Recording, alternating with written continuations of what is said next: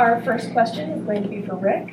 What importance has the leadership from the technical assistance team brought to the community collective process? Thank you, Amanda. I'm new to the prevention world, and so when the concept of community collective impact came together, it's like, what's that?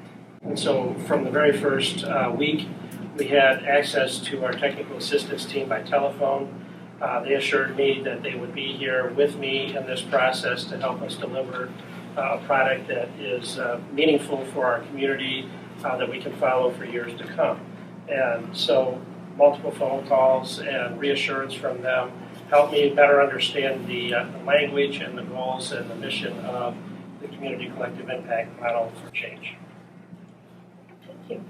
Second question is going to go to Jennifer. What leadership role has your backbone organization played in the collective impact process? Well, in Columbiana County, the Mental Health and Recovery Services Board served as the backbone organization. And we were responsible for deciding which stakeholders were going to be at the table and which role each of those stakeholders were going to play. Once we had everybody at the table, we had to make sure that they had an understanding of the collective impact process and the role that they were going to play. And then we wanted to create an environment that was inviting and helped make everybody comfortable sharing their input and their ideas from their perspective. And that day, we really built the cohesiveness of the group by doing that, and we developed our common agenda.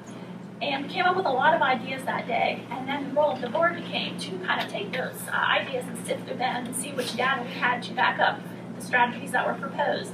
And we had a lot of ideas, but some of them just didn't have the data to back up the need. So then it just became a data-driven process where we determined which needs were the greatest, and those were the strategies that we decided to go with and could implement.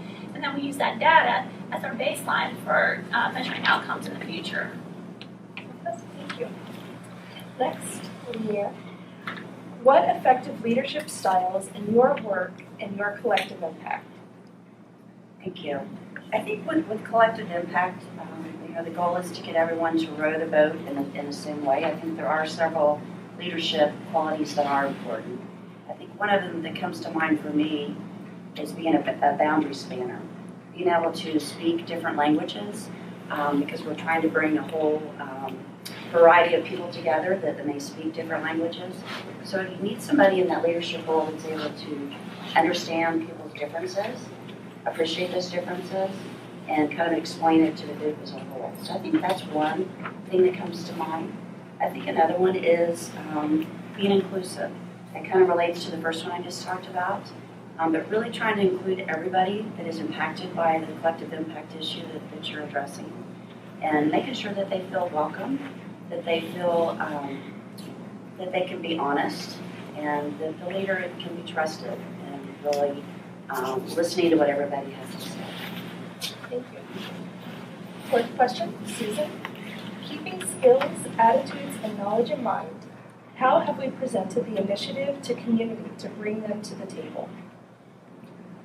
I think that having the ability to recognize individuals in the community and recognize their special skills and their knowledge and their attitudes has been, that's an ability of mine, and I think that that's been really helpful in building our team and with our CCIM4C project, moving forward, with our project. So having the opportunity to work with impact prevention in Lawrence County and being the coordinator of the River Hills Prevention Connection, our local coalition, has certainly given me the opportunity to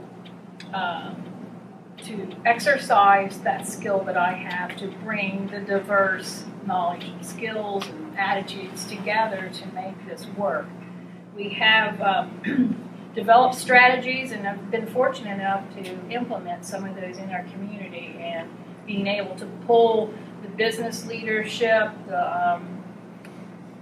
and maybe social services, the leadership there, and our prevention team has really worked, and it's been an exciting opportunity. So not only recognizing leadership in the community, we are building leaders, and our youth-led team has been involved with what we've done so far, so it's really been successful. So it's been a great exercise, been very difficult to learn, but now I see it as a valuable tool.